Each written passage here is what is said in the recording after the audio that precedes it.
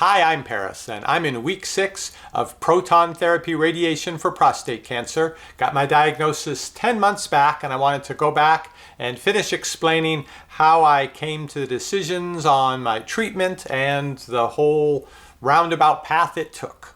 My first video on this topic covers my initial PSA test results and additional PSA test results and MRI and the prostate biopsy. At the end of all that, and having a definitive prostate cancer diagnosis, I knew two things. One is I wanted to have my treatment at the world-famous cancer center in Houston, Texas. I'm in Austin, Texas, a mid-sized city in the center of the state. Houston's about 3 hours away, and I was willing to go there as many times as it took to get my treatment. And number two, I wanted surgery. I wanted the prostate, the cancer, just cut out and removed. And I want to mention here, I'm not a doctor, no medical training, so this is just anecdotal information. These are the decisions I made, what I learned about. You should learn as much as you can and discuss all these things with your doctor. So did I end up having my treatment in Houston? Nope. Did I end up having surgery? Nope. Here's how it all came to pass. The day I went into my urologist's office to discuss my PSA test results, my second PSA test results, my free PSA test results, and was told it very likely, though not definitive yet, that I had prostate cancer. That's the day I called that medical center in Houston and set up my account there. Now they said they usually work with people once they have a cancer diagnosis. I hadn't been diagnosed yet. So I stayed in Austin and got my MRI, which made it look more like cancer, and then the prostate biopsy results, which made it certain, yeah, I had cancer. The urologist I had been seeing for several years and the one who took me through all of this process of getting diagnosed, including doing the prostate biopsy, when the results came in, he said, well, I'm a diagnostician. I don't actually treat the cancer, so I'm going to hand you off to a couple other people in our organization, the surgical urologist and the radiation urologist. I got appointments set with both of them in Austin 2 or 3 weeks out from that date. But as soon as I was home, I was calling the cancer center saying, when can you get me in for a consultation? So I had to get all my scan and test results sent over to Houston, and they were able to see me about a week after that. And it's quite an amazing place, incredibly large, but they have so many facilities there that whatever they decide they need, you need the MRI, psh, they send you over there, you get the MRI. They get the results right back. It's not like in a smaller town where it's all separate organizations that you as the patient have to try to get to work together. Big plus for going to a cancer center for getting your cancer treated. Now, the first person I saw doctor-wise was the radiation oncologist who asked me from the very start, are you more inclined to want to do surgery or radiation? And I said surgery because I'd already made up my mind about that. And they said, okay, I see. Well, there's still a good chance you're going to need radiation too, because when they take the cancer out, they may not get all of it in that area or lymph nodes around. So we recommend in your case doing after the surgery, we wait a while for you to heal, and then we'll probably have you come back to do the radiation. So that's going to mean a lot more trips to Houston, but okay, I'm committed to this. The next doctor I saw was a surgeon who asked me, so how was your conversation with the radiation oncologist? And I said, yeah, we talked about it, but I want to have the surgery.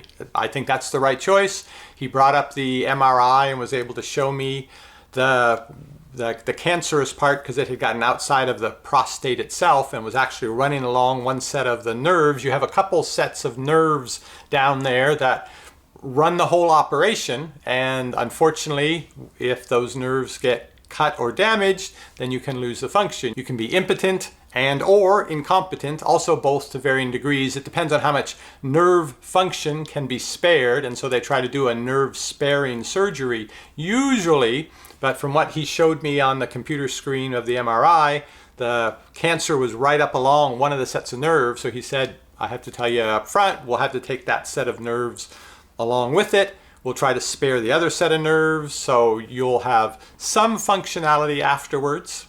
I thought, well, that's not great, but right now I'm focused on staying alive, and surgery seems to be the way to go, so sign me up for the surgery. So he did. I had a surgery date about 5 weeks, I think, after my appointment. It was right before Thanksgiving I was scheduled to go in for the surgery. Now they had me stay to do some additional scans and tests, one of which, I didn't even know all the scans that they were doing, but one of which is a whole body scan looking to see if the cancer has spread. My scans came back as they saw they didn't detect that the cancer had spread anywhere, so surgery was on. I went back home, told my family, surgery's right before Thanksgiving, so let's start arranging our schedule for this. And I almost forgot, I still had the appointment with the doctors in Austin. So I was thinking of just canceling those appointments, but my wife said, no, go ahead. It's sort of like a second opinion, see what they have to say. We were completely expecting that they would say, yeah, that's the best choice. And the Houston Center is great. You should probably have everything done there since they've got you in.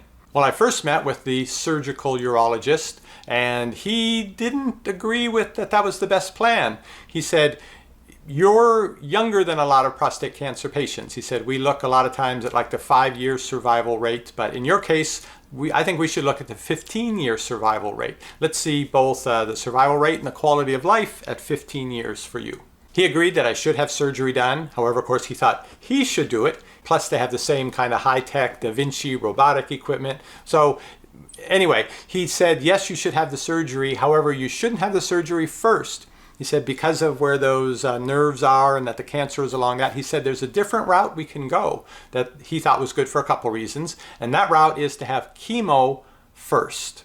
And I hadn't even considered having chemo. I didn't know that was a thing they usually did for prostate cancer. And he said, yeah, for the younger patients, we sometimes recommend this, and we've had good results with it. You go in and have chemo, which is rough, but it's better to have the chemo now when you're younger than having to go through chemo in your 70s should you need additional treatment for the cancer. So he said, you're young, you can get through the chemo, no sweat. There was some sweating involved. But the main reasons for doing the chemo is, one, I had stage 3 prostate cancer, and it had gotten outside of the prostate itself, even though they didn't detect it anywhere else. He said, you likely have some of those cancer cells floating around. Let's try to kill them off now. Do the chemo for that, because there's no other treatment that can go throughout your whole body, find the cancer cells and kill them. And number 2, equally or maybe more important, he says, I think if we do the chemo, we'll get that the cancer to shrink back up. And if we can get it to shrink back up away from those nerves, don't have to take out those nerves. Well, that was awfully tempting. I asked him, I said, are you okay with me talking about this with the surgeon in Houston and see what they have to say? He said, sure, go ahead, tell them about it. He said, now, as I mentioned, we've done this with a number of patients here. I work with a medical oncologist who takes care of the chemo part, so you're under their care for a few months, then they send you back to me, we do the surgery, and you'll still need the radiation. So you're going to talk to the radiation person in our practice as well. But that's really what I think you should do. So I said, well, let me think about it. He said, yeah, you think about it.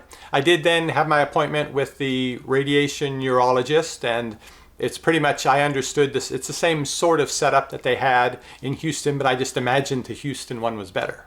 So I sent an email to the surgeon in Houston and said, here's what my doctor in Austin thinks. What do you think about this? Is this something we could do in Houston? Because in Houston, I'm sure it's going to be better. And their medical assistant wrote back and said, oh, the doctor says, no, we would not do this. It's not the standard treatment for your stage prostate cancer. But he was going to be pretty inflexible about it and just do it by the book. That's all he was willing to do. Well, the more I thought about it, the more it made sense to try to shrink the cancer up and get it away from other important things so they wouldn't have to be removed in the surgery. And ultimately, I decided to go with the chemo first and then the surgery later, even if that meant having the surgery in Austin. One other thing, and I suppose it wasn't a big thing in making my decision, but it bothered me that when I was in Houston, in the waiting area between the various visits and scans, they had vending machines and they were all full of junk food. There was no healthy food on offer there. And I was at the time reading a book by someone who was diagnosed with prostate cancer and learned that a lot of the cause of that can be your diet and nutrition and lifestyle factors. And they were working hard to improve their nutrition, improve their health, their immune system, and fight back the prostate cancer that they had. So seeing the vending machines at the world famous cancer center full of junk food with no healthy offerings, that was really off-putting. The other thing was, I don't know which test it was that I had to do, but I had to drink this, I don't know how many, 20 ounces of something that maybe it was radioactive, I don't know, but it was going to go in and do something in my body, and then they would do another scan, and you could have that stuff you had to take mixed with another drink. and they had Sprite was the standard one. They were doing that for people. They would mix it in with Sprite, and you would drink that. You had to drink it in about 20 minutes. Here, again, you've got sick people. Some of the sickest people, they already have cancer, and this is what you're giving them to consume. I had my radioactive isotopes on the rocks, just mixed with plain water. But it stuck in my head, all these people drinking their big 20-ounce Sprites and thinking, oh man, this is how we all ended up here in the first place. So I canceled my surgery at the cancer center in Houston and met the medical oncologist that was going to oversee my care while I was doing chemo. That was a rough several months. I've documented that in another series of videos. I'll link to that at the end of this video so you can check those out if you like. But I'm going to jump ahead to I finished chemo, and yes, the doctor was right. Yeah, you can get through it. I didn't get through it, no problem, but I did get through it. And so during those 4 months of awful lot of time being home, did a lot of reading, read some more books about prostate cancer, people who'd been through it, the treatments that they chose, as well as did a whole lot of research online. And I decided I didn't want to have surgery after all. So with surgery, there's inevitably some risk involved. There's risk to your life. There's also risk in the area where they're doing the surgery. They try to spare the nerves. They may not be able to. There's different bleeding that can happen. Stuff can happen when they're doing something in this fairly major surgery. And they told me I was going to have to do radiation anyway. So if the choice is to do surgery and radiation, or radiation, I think I'll choose radiation and skip the surgery. By the way, my results after the chemo were very good. Apparently I responded very well to the treatment because the cancer shrunk up. All the, what they call the extra capsular cancer, the stuff that was outside of the prostate, there was completely, it was gone.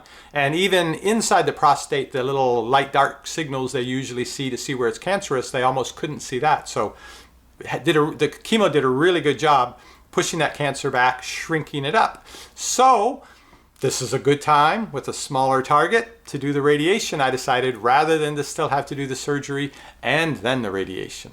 But then as I learned more about radiation treatment options for prostate cancer, there are a number of them, including one that's quite a bit different than the others. It's called proton therapy or proton beam therapy. Rather than using a high-powered X-ray machine to shoot the photons into you to administer the radiation, the proton therapy uses protons. Well, how are they different? Well, protons are actually in the center of the atoms, and they put them in a particle accelerator, and they whip them around and get them up to like 2/3 of the speed of light, and they shoot them into you. If this sounds high-tech, it is. If this sounds expensive, it is. And if it sounds like something they don't do in every little town, it's not. So there are only a limited number of proton therapy centers in the US, even in the whole world. It's, I think, the best form of radiation if it will work for you because it has fewer side effects. Because radiation, I'm sure as you can imagine, is not without side effects. So proton therapy, that's what I want. So when I went into my medical oncologist for my last visit, and she said, okay, we had all these great results, and so we'll send you back over to arrange the surgery now. And I said, yeah, I kind of changed my mind about that. I want to do radiation. Not only that, I want to do this very specialized form of it, the proton therapy radiations. She said, oh, well, you're in luck because our organization is affiliated with the Proton Therapy Center up in Dallas.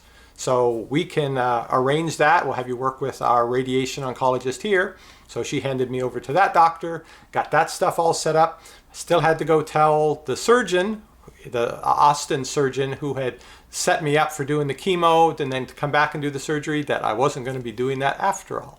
But he took it well, was very nice about it, said, I wish you all the luck with that. We've sent other patients up to Dallas for that. We've had good results. I'm sure you will too. A couple months after you're done there, you should come back and see me and we'll do your follow-up care here.